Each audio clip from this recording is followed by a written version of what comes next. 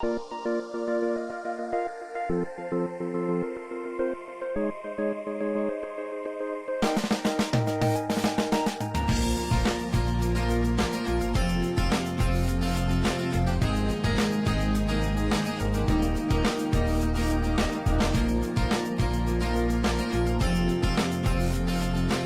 welcome everyone to our third week of Book Yourself Solid.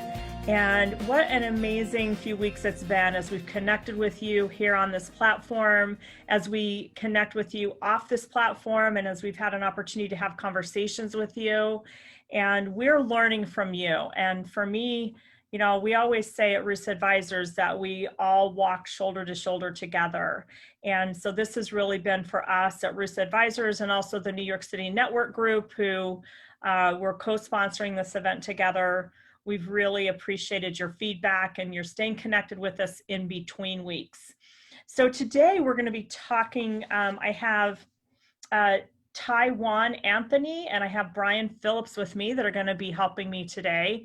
And today we're going to be talking about why people buy what we're selling. So why do people buy what we're selling? So years ago, I studied when I was in property management. So I wasn't really even in sales, so to speak, or so I thought. And I studied with a gentleman by the name of Tom Winninger. So he was one of the early sales coaches and motivational speakers. So if you look him up, Tom Winninger, he's on YouTube still today. And he was with the likes of, Zig Ziglar. And so one of the things that he often said that I believe is so true is that people don't buy from companies, institutions, and buildings.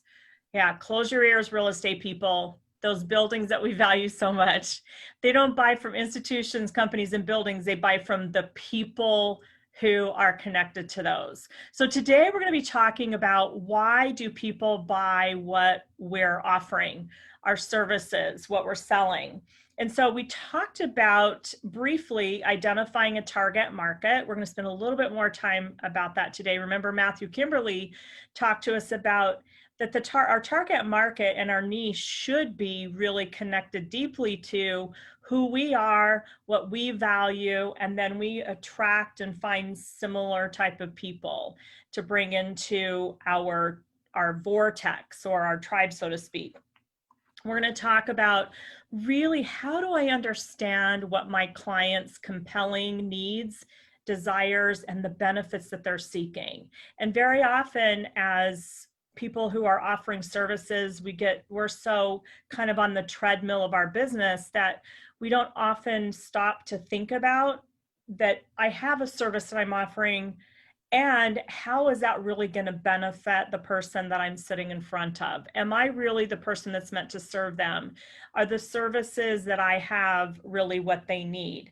And then through this, we also look at what's the number one or two results that we get for our clients, and can we clearly communicate that in a way that is easy for them to understand? Remember, Matthew Kimberly talked about in the Book Yourself Solid system, and this is not unique to the Book Yourself Solid system, it's really in many sales systems. Can I speak about it in a way that my 5-year-old and my 50-year-old and my 70-year-old and my 30-year-olds can easily understand? And then we're going to talk about the deep-rooted benefits. So once we've identified who our target market is, then we know where those people hang out. What newspapers do they read? What magazines do they read? Where do they shop? Do they go to church? Do they not go to church? Which schools do they attend? Which schools do their children attend? And so we're able to help them help us to identify where we can communicate and connect with those people, like we talked about last week with Lou Diamond. So we pick a target market, we develop credibility, and we learn how to speak about that in consistent, frequent ways, so that as people are reading newspapers, reading our social media, they know what to expect from us. So we make it as easy as possible for them to raise their hand and say, I want to have a conversation. Then once we've done that, then we consistently and frequently communicate in ways that are authentic. And this is where we get into, again, people buy from people, not from buildings. So I'm excited to talk to Brian and Tywan today, and they both serve very different target markets, both in the real estate industry, and the things that they sell, the products and the services that they offer are also very different. So I love when we have variances on this theme, because it shows how similar and simple it is for us to connect on this. So I'm going to start with Anthony, Tywan Anthony. Tywan, would you please introduce yourself? Tell us a little bit about yourself and how you show up in the world, and tell us something about yourself that we wouldn't find maybe on your LinkedIn page or on a resume, as it were. No problem, no problem. Good morning. Good morning, everyone. And thank you for introducing what we're going to be talking about today. So my name is Tywan Anthony. You can call me Ty for short. Everyone normally does. I am a commercial property and asset manager for a firm called RPAI, which is Retail Properties of America. And what we do, we manage, own, and develop retail shopping centers throughout the country. So currently right now we have anywhere from about 100 to 120 commercial assets. And these are all the open air shopping malls that most of us have grown up with and grown to love, where your Walmart is, where your Targets are. So we own and develop those. In addition to that, in addition to managing the property, we also manage the assets. So the financial aspect of what happens with the property involved in that is collections and a host of other things that's involved in that as well. And I'll speak more about my day-to-day in the role and what even the commercial and retail industry is looking like. And I'm pretty sure everyone knows that the retail industry has taken a huge hit from, especially as COVID is here. Going back to what you said, something that is not on my LinkedIn and resume. So something that I'll speak about a little bit as well. So I played college football. I went to WVU and I graduated from Pittsburgh State, and I played outside linebacker there. So something that is not on my LinkedIn or on a resume is after I graduated and I came back to New York, I wanted to still play football at a high level, full contact football. So what I did, I own the New York Crusaders, and the New York Crusaders is basically a economic development organization, nonprofit, but also has a semi-professional football component. So one thing that we do, and a passion of mine, and I'll get into this a little bit more, is my community. I love my community, and I think that we all should be rooted in our community. So what we do, I try to, we host individuals from high school, a lot of young men and young women that are disenfranchised, and we, for the athletes, we try to get them football scholarships to go off to different schools throughout the country. In addition to that, I also still play outside linebacker for the organization, for the New York Crusaders. So that's something that you won't find on my LinkedIn. I love that. And so you and I just have a connection point that we'll talk about offline, that we didn't even know, that if I were just looking at your LinkedIn and I didn't take an opportunity to connect on a deeper level, I wouldn't have known. And now we've established something that both of us care about, and that's investing in young people and helping them, create bridges to their next opportunities. So thank you so much, Tywan. Yeah, absolutely. So Brian, let's have you introduce yourself. Tell us about who you are, what you do, and also something we're not going to find on your LinkedIn or your resume. Good morning, everyone. Thank you, Lorendi. So I'm Brian Phillips. I'm an associate broker with Douglas Elliman. I've been with Douglas Elliman now 13 years. I'm in the business 23 years. I started off on Long Island. That's not on my LinkedIn. I was with Long Island Board of Realtors from 97 to 2003. I came into Manhattan in 2003, worked for a couple of brands. I worked for a small boutique brand called Warburg Realty, and then Sotheby's International Realty. And I came over to Elliman in 2007. I've been here ever since. And so I am an associate broker, as I mentioned. I'm a dual agent, so I'm licensed with two boards. I'm licensed with REBNY, the Real Estate Board in New York, and with Hudson Gateway Association of Realtors. So I am able to serve sellers and buyers in different areas, not just in Manhattan and Brooklyn, but also Queens, Long Island, Bronx, Westchester. So I'm open to those buyers and sellers. Something you won't find on my LinkedIn besides that. I mean, I have everything on my LinkedIn. I like to e-bike. I like tennis. I'm vegetarian, mostly vegan. I love travel. All that is in my LinkedIn, though. I don't think I hid anything. You're so transparent, Brian. Thank you. So, as far as tennis goes, do you play in tournaments and things locally, regionally? No, I just play locally on local tennis courts here. There you go, for fun. So we don't have to get into the, are you ranked? What does that mean? All of that stuff. You really just enjoy it. Fantastic. Amazing. So I'm just going to take an opportunity now to ask, Tywan and Brian a few questions that, will hopefully help us understand all of this a little bit more. So I'm going to start with you, Ty. So how did you decide that and we have this also in common, that in the real estate industry, also started out as a property manager or as an asset manager for properties at the corporate office. So why did you decide, you go from football to property management? So, what was that attraction for you? How did you pick that?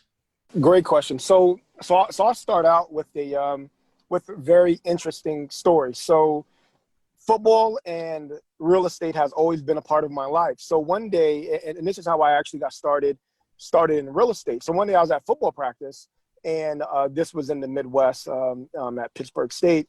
And a friend of mine, and I'll make a long story short, and a friend of mine said that his family had came down from whatever state that they came from, and they bought property. And I wondered, and I was about 20 or 21 at the time, and I was wondering, like, wow, how did they buy property?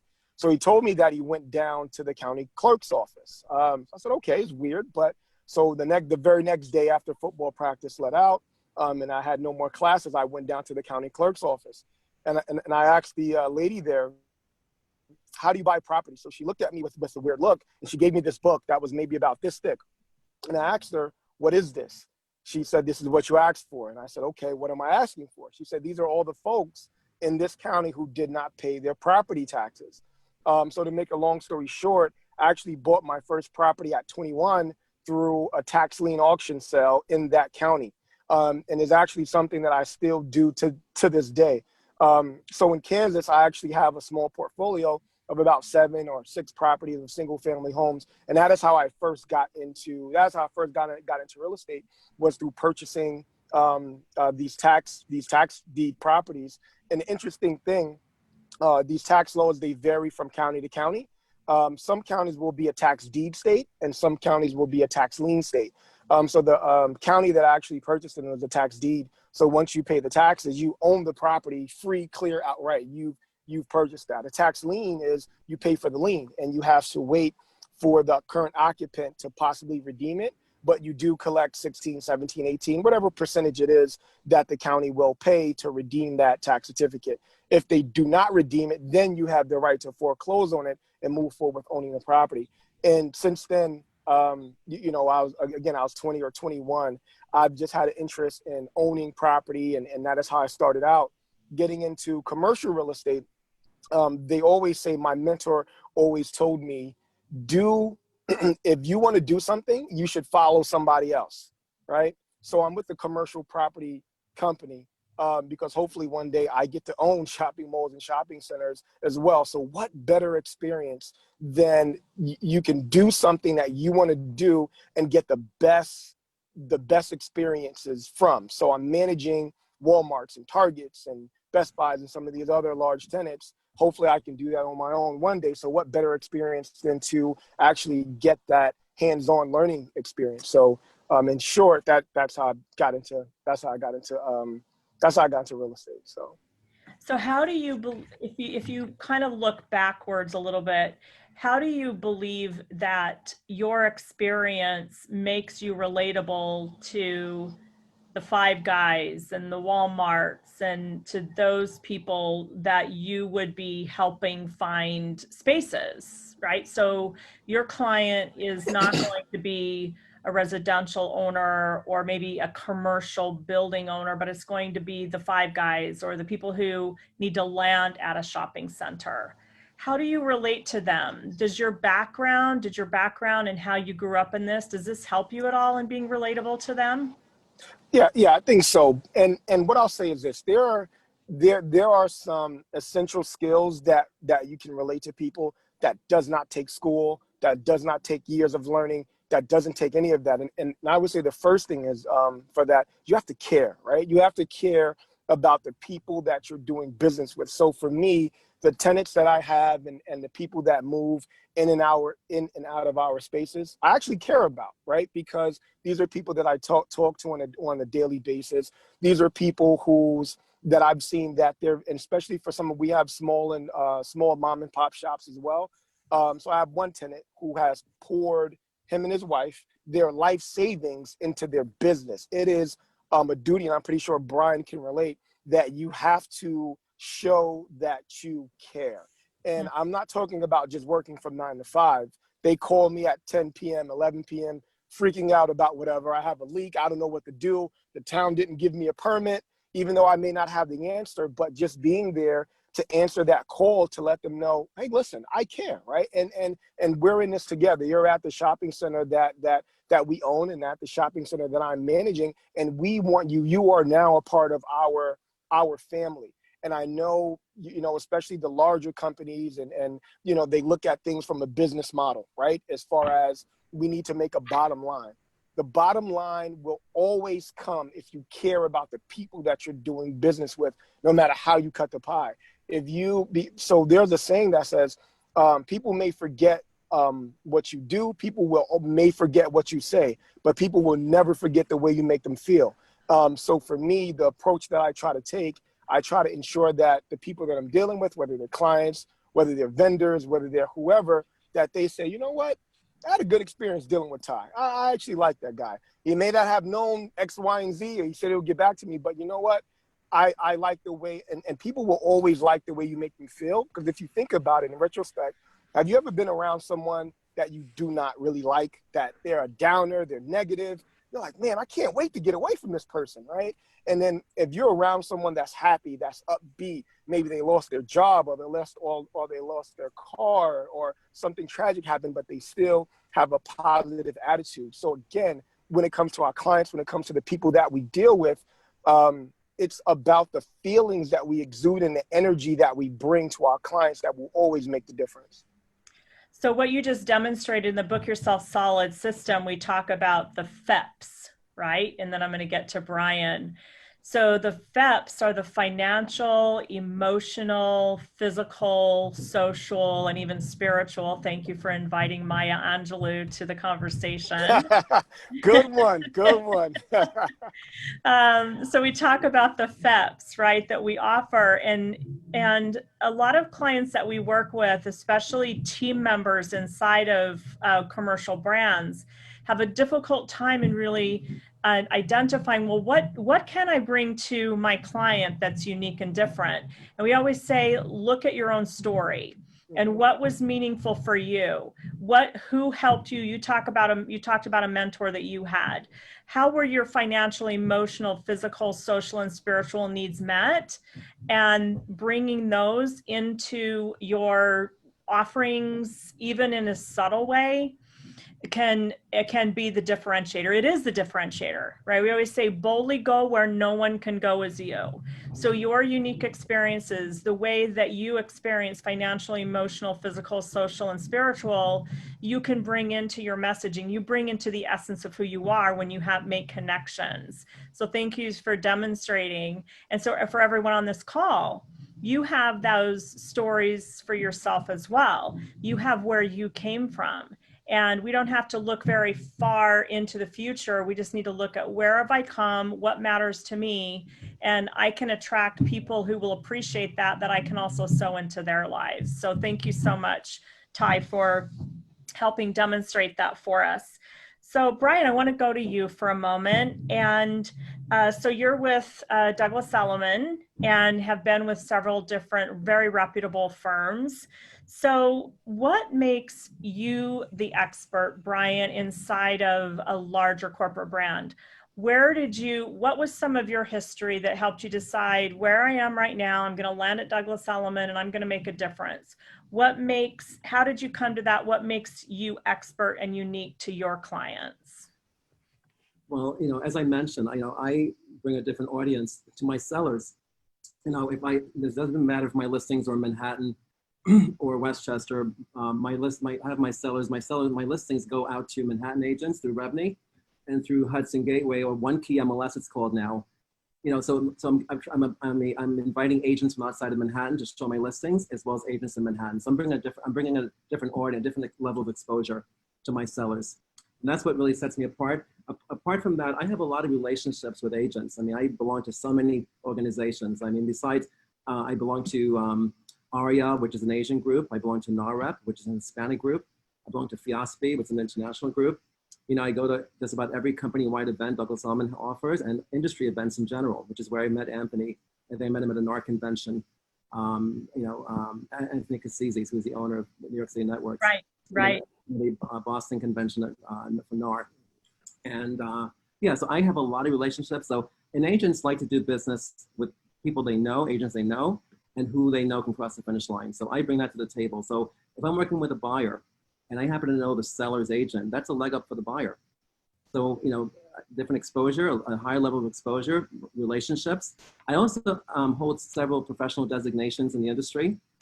I won't go into them, but it's at least 7. And I'm an associate broker. So that demonstrates that I've gone the extra mile to educate myself, to set myself above the crowd. One of the things that strikes me about you, Brian, and you talked about this in your introduction, is that everything you need to know about me is on LinkedIn, and you talked about your tennis and other aspects of sports that you enjoy and who you are. And now you just also demonstrated that people want to do business with people they know. And so have you always found it easy to be transparent and vulnerable? How did you get to this point where you're willing to be transparent and vulnerable so you can be known? Right. Well, people like people who are transparent, who are true to themselves. Mm-hmm. Not that anything of my personal lifestyle is anyone's business, but if you ask me, I'll tell you the truth. Mm-hmm. But I think people trust you when you're transparent. Mm-hmm. People tell me it all the time. No one's ever told me, I don't feel comfortable. People mm-hmm. know if they're comfortable with you within 2 seconds. Mm-hmm. So people trust me because I'm transparent. I say what I mean. I do what I say. They can see from my online track record that I'm going to deliver. I recently had a seller in the Bronx. I just closed yesterday. And this is how the seller found me. The son actually found me online. And the son found me on realtor.com. And the son, when I met the father, the son was not there. I went through the presentation with the father. The wife was in bed. I was just talking to the father of the seller. And after I went through the presentation, I produced the documents and he signed. I don't think he read it. Then he took the documents to the bedroom. And his wife signed. I don't think she signed. I don't think she read it before she signed because based on how fast he came out of the bedroom. And the son called me briefly on the phone. He said, I can see online that you know how to handle your business. So that's practical trust. People can see online what I will deliver, that I have the experience. And based on my customer testimonials online, people can see that this is not fluff. These are genuine testimonials. Mm-hmm. We also bring, besides practical trust, I bring another emotional trust, because I find that people trust me with their personal information from the get-go. And that's a gift, that they can see that I can empathize. And that's something like what Ty was saying. They can empathize with me, and I know that I'm not going to judge them. If they're crying, I'm going to cry with them. I have that capability. If they're laughing, if they're happy, I'll be happy for them. So I'm able to empathize with people, and people trust me in both ways, both practically and emotionally. And that's what sets me apart as well. Mm-hmm. So it may or may not come as a surprise, Brian and Ty, that not every professional in the real estate industry has that transparency. There's almost, in some cases, there's a tendency or a belief that I have to be a certain way in order for people to respect me, to respect my category expertise, to trust me as an advisor. And what you're demonstrating is that the more willing I am to be known, then the more well-known I will be and the more people will trust me. So how did you over time, and this wasn't on the question, so you're going to have to fly with me here. How did you over time get to a place where you felt confident enough in yourself and you trusted yourself enough that you were willing to be transparent and vulnerable, that what you see is what you get? Did you go through a process of personal, professional development? You know, what's your secret to being able to do that? Before I started selling real estate, I was selling housewares distributor. So I was going into people's homes and selling, you know, cookware, china crystal, juice extractors, water filtration, knives. And I did that for 10 years. I drove a Corvette. I excelled at it. You know, I became a salesman. I mean, I was very shy at the time. I learned how to handle objection and how to be resilient. And I decided I wanted to go into real estate in 1997 after a decade of doing that.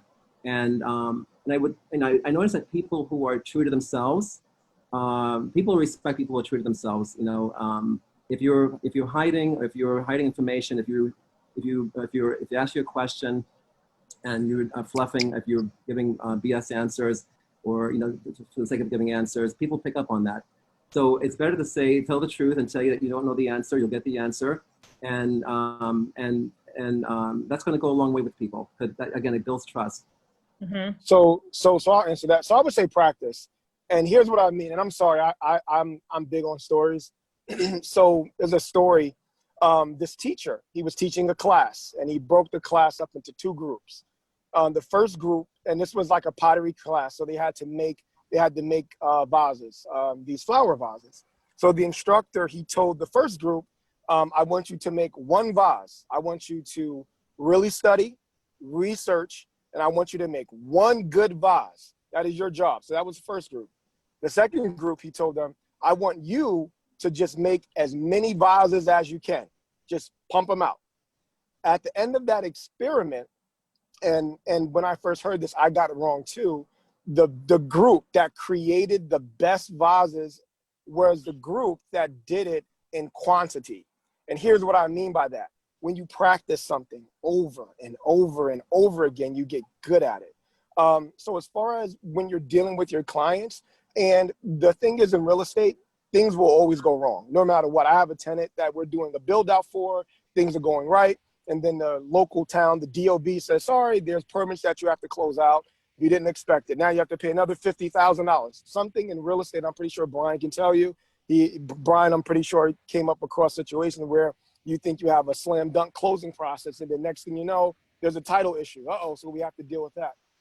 So the point of that story was that when you practice something over and over and over again, you become really, really good at it. You're going to make your mistakes, and that group, the first couple vases that they made were torn off, and they were kind of folding at the side and couldn't put flowers in it, and you couldn't put water in it, whatever the situation was. And the first group, they did make a vase, but it was okay. It was just okay. The second group, after about the 10th vase, now they're getting into a rhythm, and they're like, hey, we have a good rhythm here, right? So they became the experts, because when you practice something in quantity over time, you get to craft your skill. It's like practicing, right? Michael Jordan didn't become a great basketball player because he studied the book and then he went out one game and became good. He became great. He became a legend because he would practice, even after practice, taking 100 free throws. And I'm pretty sure Brian has closed hundreds of deals, and I'm pretty sure his first two deals maybe didn't go right. And you learn. You say, okay, all right, well, I know not to tell or ask the buyer that anymore, and you learn. So in my experience, when you do something over and over again, if your heart is in it and if your mind is in it, you'll become really, really good. And while you never can account for everything that can possibly go wrong, at least you can scratch your head and say, you know what, I've seen this before, so I have an idea how we can get through this. That's a great point, Brian and Ty. You both bring up that it's the 10,000 hours of practice, or maybe 20,000 hours of practice. And the only way you to do that 10 to 20,000 hours of practice is to consistently put yourself out on the field, right? So I like that analogy, the football field. I like that. Right? Don't ask me much more, because I'm a couch, very, very much, that's kind of my, I know there's a quarterback, a linebacker, and a running back, right? That's, and I know There you go. I That's a think, start. I know field goals are pretty cool when that right. So that 20,000 hours of practice, and in order to do that, you have to be willing to take the risk to put yourself out there, don't you? And be willing. So many times, a lot of people just keep studying, but they don't put themselves out there. And it's the same when we're looking at client connections, that there are going to be people, again, that we're meant to serve and others not so much. But we just sit in our offices and we don't put ourselves out there to try to make those connections. The people that we're meant to stand and service stuff will never be able to figure out if we're for them, right? And if they're for us. So I want to ask just a couple more questions. We have about 5 minutes left. And then also people that have joined us, jump into chat, ask questions. Any questions you have of Brian and Ty, would love to get your questions and we can share those. That's always really interesting. Or send them some love. That's always good. We already have one comment that Bruce was loving the FEPS. So we're glad that that was helpful. So what would you say, Brian and Ty, we'll go to Brian first and then Ty, you can jump in. Have you changed the way you speak about who you are over the 10, 15, 20 years? So that's your personal brand identity. Have you modified that? Have you changed that at all over 10, 15, 20 years? And if so, what were some of those pivots for you? Right. So as I'm on all my online profiles online, I want people to know who I am. So I am transparent on my profiles, but I want people to identify with something about me to, so they can relate. But in person, I don't really brag about myself. I think it's much more classy for people to discover about you. So Mm-hmm. I'll say, I'll say very little, about myself, and my information is online. But so, because I notice that I know people who brag can rub people the wrong way. So I definitely am I'm modest when I'm talking about myself. I tend to kind of hold back when talking to people in person. So what I'm hearing from you, though, if I'm hearing you correctly, is that the way that you do that and the way you refresh your brand, so to speak, is you have LinkedIn.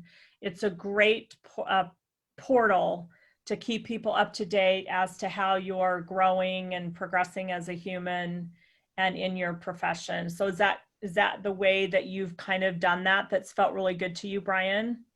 Absolutely. And if you want people to find you and relate to you, and so you want to put as much out there in the web, so people can find you and relate to you and identify with you. But in person, not that way.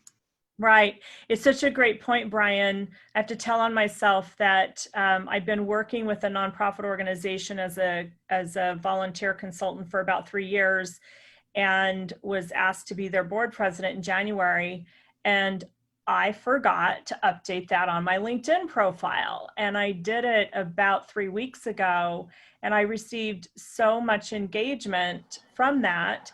And when people reached out to say congratulations on the new role, I didn't just say thank you. I took an opportunity to learn about who they were and then reach out to them and make a connection. So I agree with you that LinkedIn is a great tool, and a way that we can use it is actually connect with the people who are reaching out to us. So thank you for demonstrating that for us, Brian. It's just LinkedIn, but realtor.com for me, Zillow, Street Easy. You want to, wherever people are looking, you want to have a social media presence also. And if you're not sure who's going to reach out to you and where, Right. So I'm not big on social media. I definitely have a profile up, and I update it regularly. So I'm relevant and I'm up to date. Amazing. Thank you so much. And Ty, how about you? Have you refreshed your personal brand over time? And if so, have you done that? Yeah, so thank you for that question.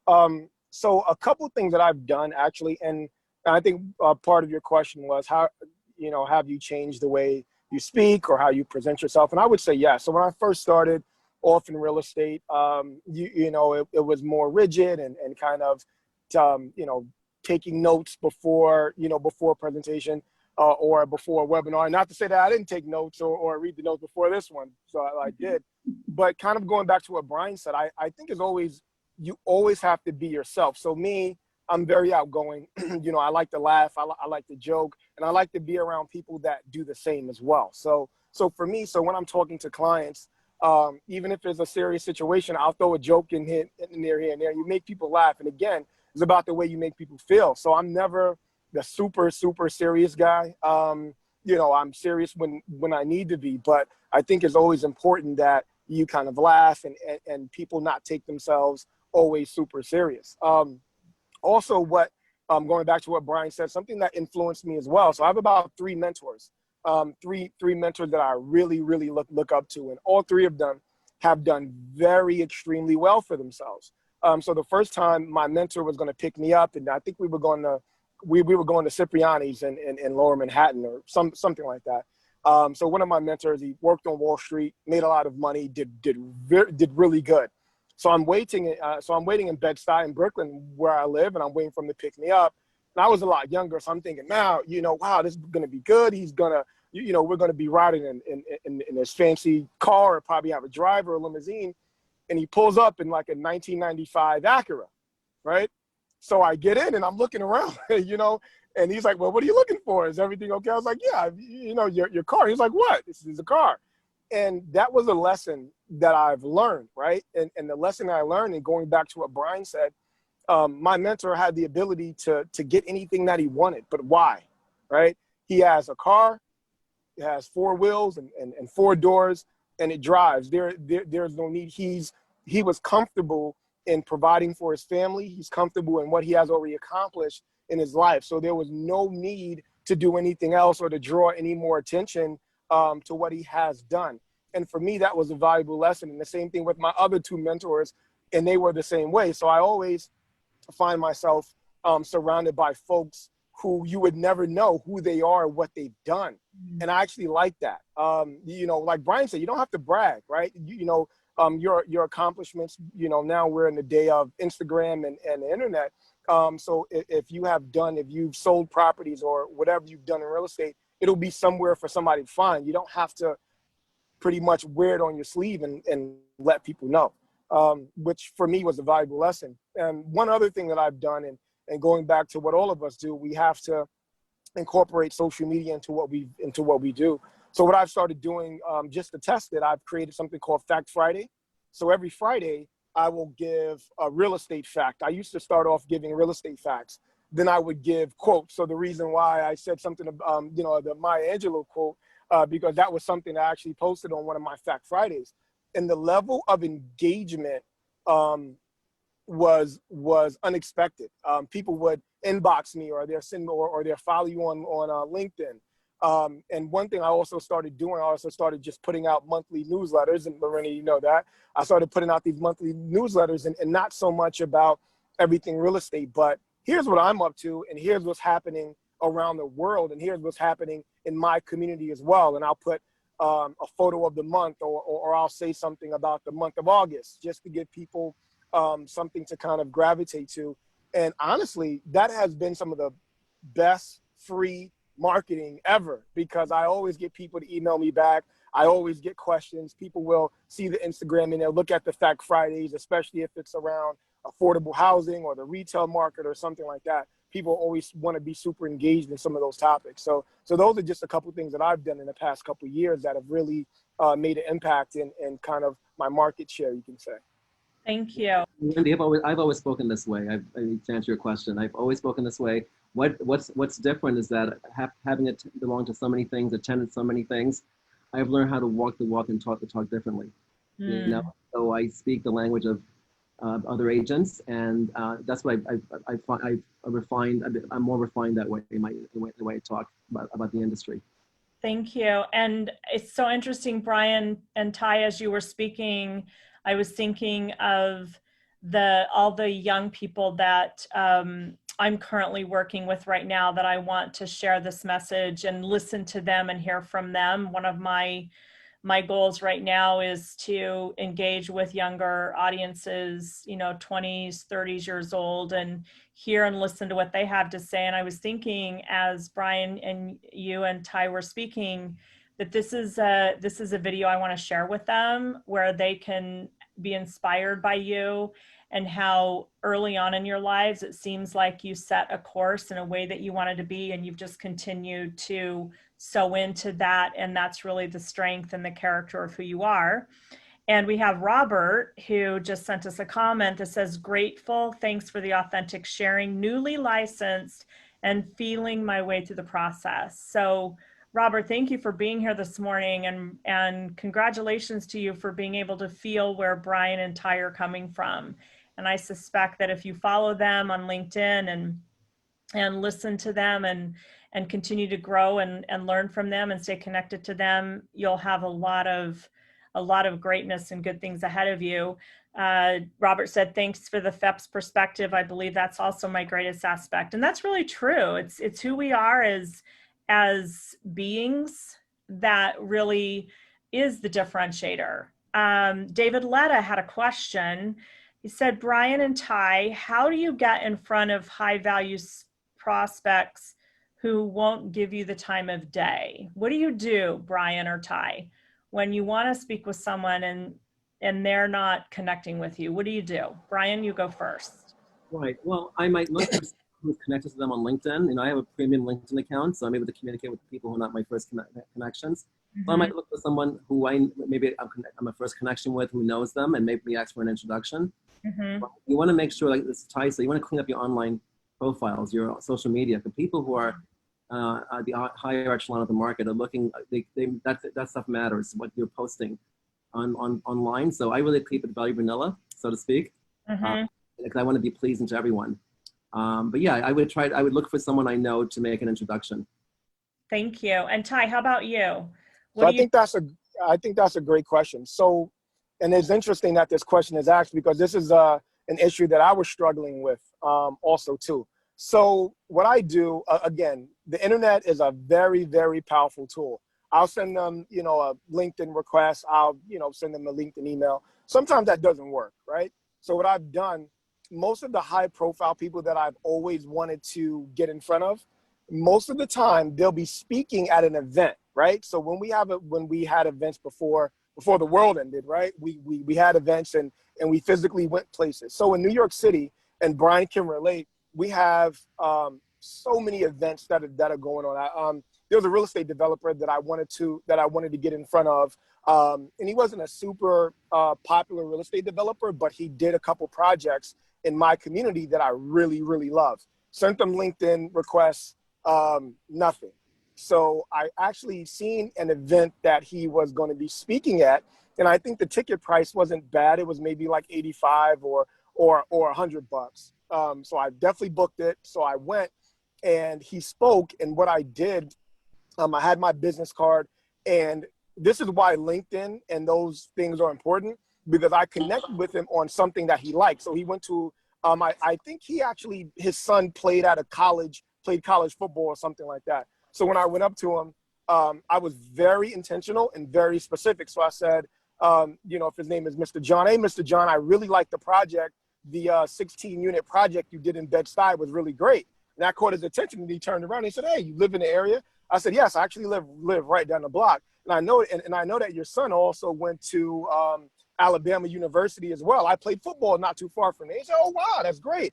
My son, he really loved it down there. And that's how you really engage in conversation. So that's how you use social media. And that's how you use LinkedIn and some of those platforms to connect with someone. Like, for example, like Brian. Brian is very transparent. So if Brian is a tennis player, what I would do for somebody like Brian, you know, if I met him somewhere, if I didn't know him, I said, hey, Brian, did you check out the last, World Series tennis match? And he'll turn around and say, yeah, I did. And now he's interested, right? So now you have their attention. And I think that regardless of anything, as we move forward in technology and we have TikTok and we have all these different apps that people are using, nothing, and I mean nothing, will ever beat having a personal touch with your clients and with the people that you want to connect to. Because while social media is great, and I think it offers an entry point, people really love the personal connection. I think that's why this time in the world right now is a little weird, right? Because we can go out, we can't go out.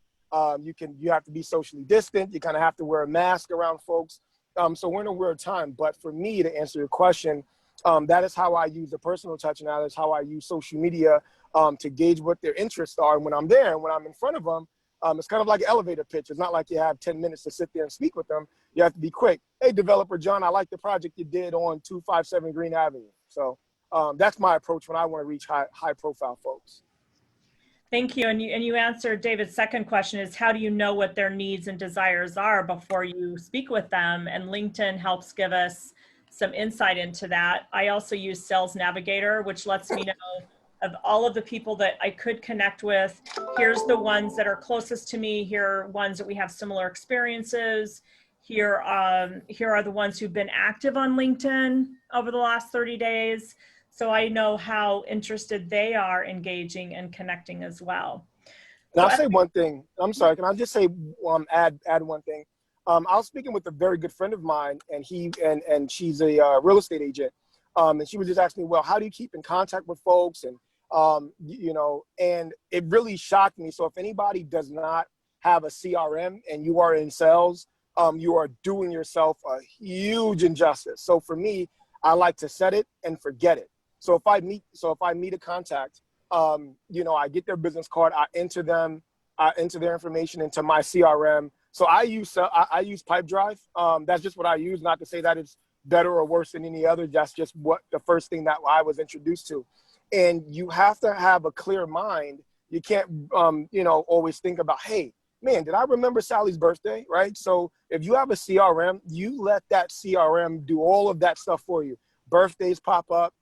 Their son's birthday, their daughter's, the dog's birthday, what the dog's name is, anything that you want to remember, you plug into that CRM. So you set it and you forget it. And with this, it allows you to clear your mind to focus on other aspects of your business. And I think my CRM, I have close to about 10,000 people in it. And I don't remember the names of 10,000 people, but your mind is a special thing. So even though I may not remember John Lewis at the time, but when his name and birthday pops up in the place that I met him, then I'll say, hey, yeah, I remember John Lewis. I had a great conversation with him about sneakers or about, the weather. So that's how the mind works. So I would say anybody operating in sales and you're a real estate professional and you do not have a CRM, you're doing yourself a huge injustice, and you can get one for pretty cheap, and it is a life changer. It'll change the way you keep in contact with your network. Those are the tools that we really also promote and encourage. And there's so many out there, so that you have the ability to have the time to make those deep connections. So let the tools do what they do so that you can do what the tools can't do. And that's the connection part. So as we close, I would just love to hear from each of you. You're set to graduate from this existence as we know it, and you have the world stage. What's one or two things that you would want the world to know?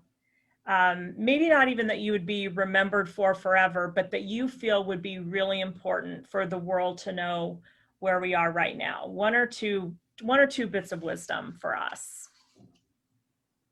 And I'll let whoever comes up with it. Brian, you can go first.